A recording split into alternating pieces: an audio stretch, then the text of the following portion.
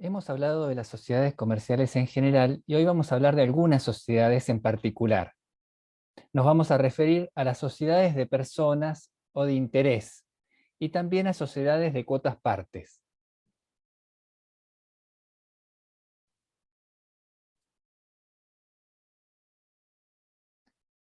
Podemos hacer una clasificación de las sociedades.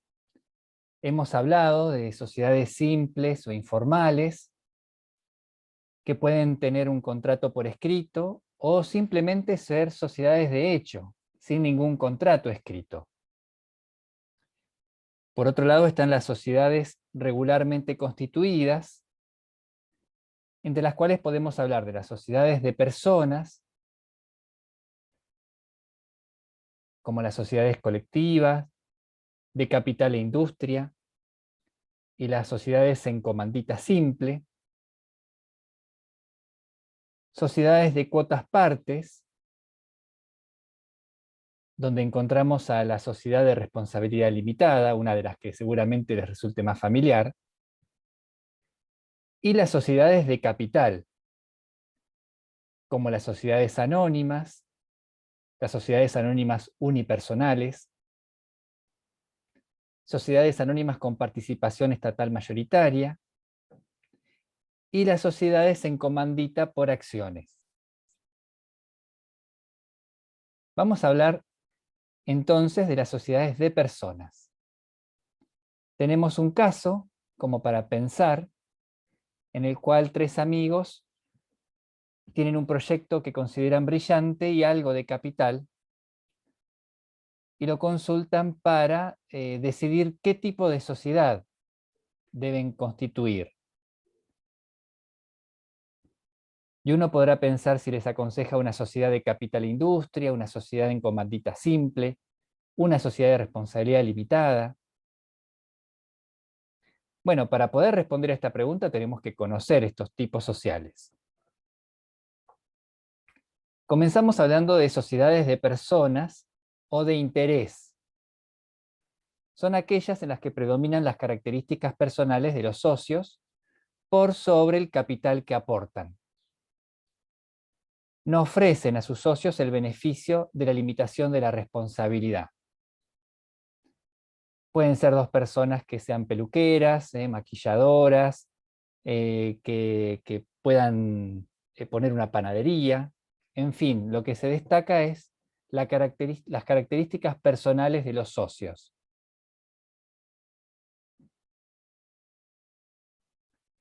Entre ellas encontramos a la sociedad en comandita simple.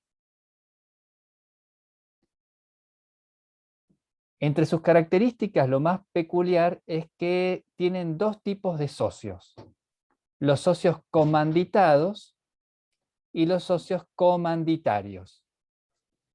Él o los socios comanditados responden por las obligaciones sociales en forma solidaria y limitada por las obligaciones sociales. Quiere decir que para el socio comanditado, la sociedad no implica una limitación de responsabilidad. En cambio, para los socios comanditarios sí, pues solo responden con el capital que se obligan a aportar. El capital social en que participan los socios comanditarios no se divide en acciones.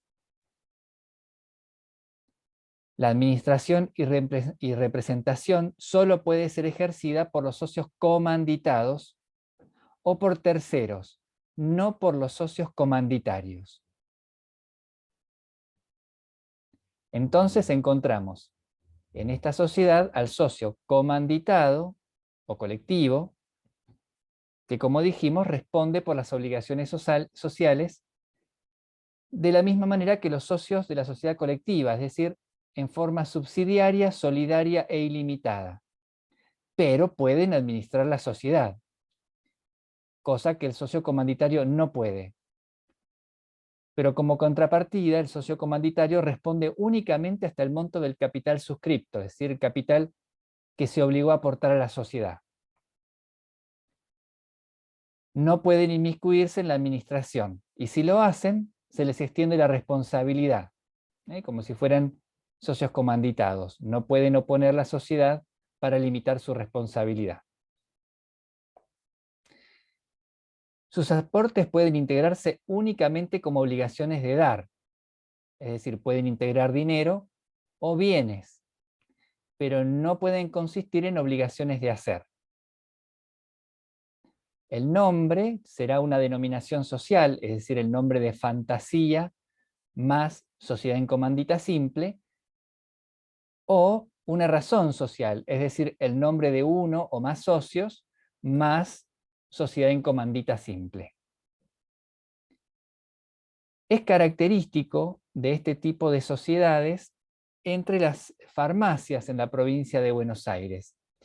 Y esto obedece a que la ley que autoriza el funcionamiento de farmacias en la provincia de Buenos Aires establece que solamente se van a autorizar la instalación de farmacias cuando estén a cargo de profesionales farmacéuticos con título habilitante, cuando sea el propietario un farmacéutico, una persona humana con el título habilitante de farmacéutico. Pero si el propietario es una sociedad, debe ser una sociedad colectiva o una sociedad de responsabilidad limitada, integrada totalmente por profesionales farmacéuticos. Y entonces uno dice, ¿y no puede invertir alguien que no sea un farmacéutico para ser en una sociedad, para ser propietario de una farmacia? Sí, lo puede hacer, pero solo en el caso de que constituyan una sociedad en comandita simple.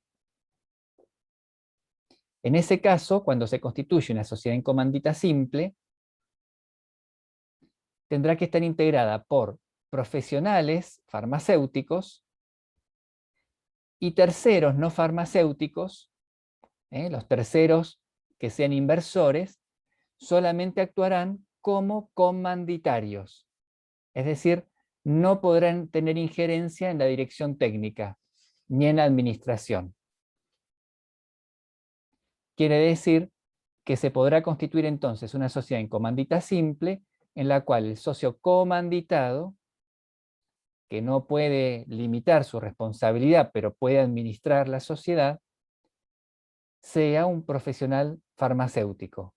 Los terceros inversores, los no farmacéuticos, serán socios comanditarios.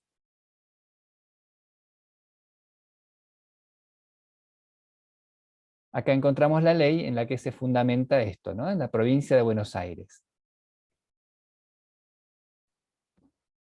Otro tipo social es la sociedad de capital e industria. En la sociedad de capital e industria también encontramos dos tipos de socios. El socio capitalista, que solamente aporta prestaciones de dar, dinero o bienes, y responde de manera subsidiaria, solidaria e ilimitada. No puede limitar su responsabilidad. Y por otro lado, hay socios industriales que solo aportan prestaciones de hacer. Estos responden hasta la concurrencia de las ganancias percibidas. Tienen limitada su responsabilidad hasta la concurrencia de las ganancias que percibió. Y le está prohibido recibir prestaciones periódicas por su tarea. Es decir, no puede tener algo parecido a una remuneración. Y su voto, el de los socios industriales, vale como el menor socio capitalista. Si hay varios socios capitalistas, quien tenga el voto de menor valor, porque sea el que haya hecho el menor aporte de capital, bueno, el voto del socio industrial vale como ese socio. La administración puede ser ejercida por socios capitalistas o industriales, pero no puede serlo por terceros. También el nombre puede ser una denominación social, es decir, el nombre de fantasía más sociedad de capital e industria, o una razón social, es decir, el nombre de uno o más socios capitalistas, nunca del socio industrial, más sociedad de capital e industria. Esta sociedad, este tipo social, se ha, se ha confundido con mucha frecuencia como un modo de ocultar lo que en realidad es una relación de empleo. La utilización de este tipo societario para encubrir verdaderas relaciones de dependencia laboral crea una suerte de presunción legal contra su utilización, por entenderse que violaba normas del derecho laboral.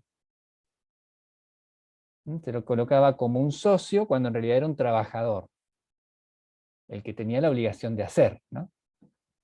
La utilización de las normas de derecho laboral con presunciones a favor del trabajador llevó a la situación de aplicar las normas laborales a relaciones que realmente eran societarias. Por eso es que este tipo social prácticamente pasó a desuso.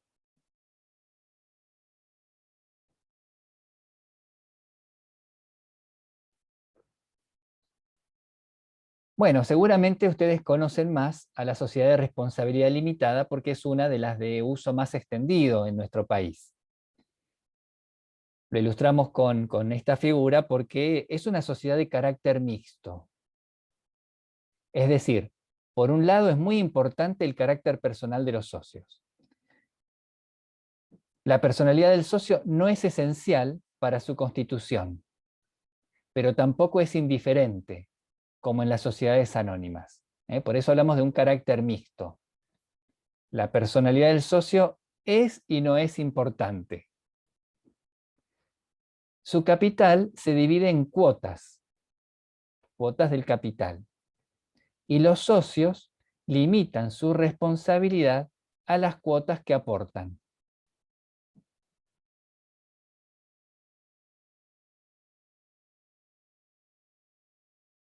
Algunas características de las sociedades de responsabilidad limitada.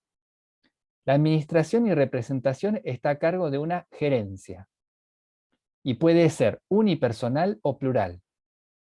Pueden ser gerentes, socios o terceros. No puede tener más de 50 socios. Ahí lo del carácter personal de los socios, ¿no? ¿Qué ventajas presenta? Que tiene un esquema simple de funcionamiento y la limitación de responsabilidad de los socios. Por eso es que es una de las sociedades más utilizadas. ¿Cómo se constituye una SRL? Se constituyen y modifican por instrumento que puede ser público, es decir, una escritura pública, o privado, un contrato entre los socios que solo requerirán la certificación de firmas, pero es un contrato, un documento privado. La modificación de los socios no constituye reforma del contrato social. Ahí vemos entonces que el carácter personal de los socios no es tan importante. El capital social se suscribe íntegramente a la Constitución. Los socios se obligan a hacer el aporte de capital íntegramente al momento de la Constitución. Pero los aportes en dinero pueden integrarse solamente en un 25% al momento de la Constitución y completarse a lo largo de 2 años. En cambio, los aportes en especie, por ejemplo, si un socio aporta un inmueble o un vehículo, se deben integrar totalmente al tiempo de constitución. La denominación será el nombre más sociedad de responsabilidad limitada o SRL.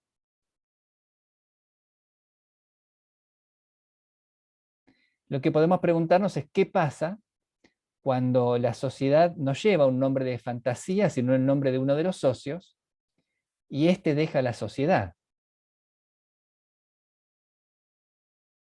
¿Debe conservar el nombre? ¿Debe cambiarlo?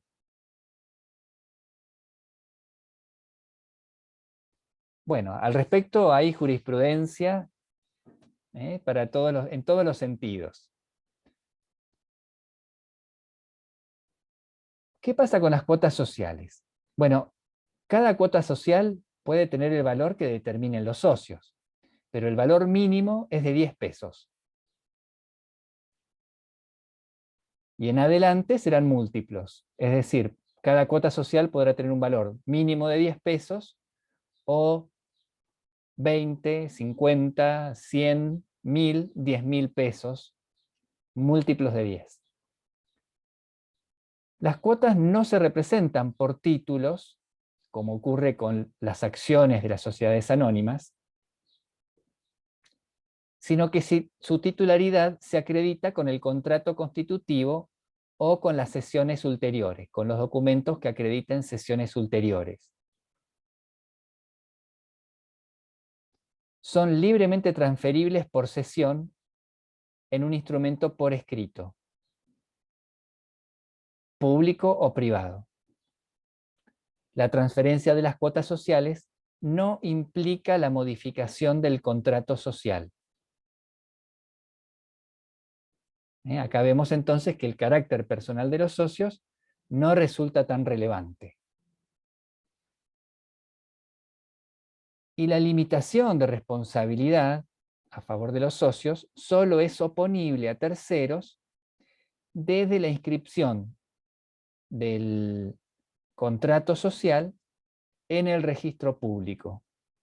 La Inspección General de Justicia en la Ciudad de Buenos Aires, la Dirección Provincial de Personas Jurídicas en la provincia de Buenos Aires.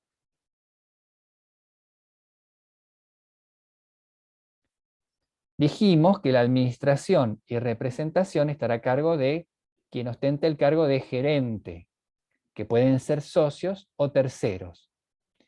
Y puede ejercer la gerencia una persona, ser individual o plural. Una de las cuestiones que hace práctica a la sociedad de responsabilidad limitada es su fiscalización. La fiscalización está a cargo de los propios socios. No requiere de una sindicatura, un control externo. Sin embargo, los socios pueden disponer la existencia de una sindicatura o de un consejo de vigilancia para controlar el desempeño de los gerentes. Esto será obligatorio si el capital supera el monto establecido para por el artículo 299 de la Ley General de Sociedades, que es un capital mayor a 50 millones de pesos. Las decisiones de los socios pueden tomarse en asambleas o en reuniones de socios por el voto de la mayoría de las cuotas sociales. En ese caso se labran actas en un libro que firman los gerentes en el libro de actas.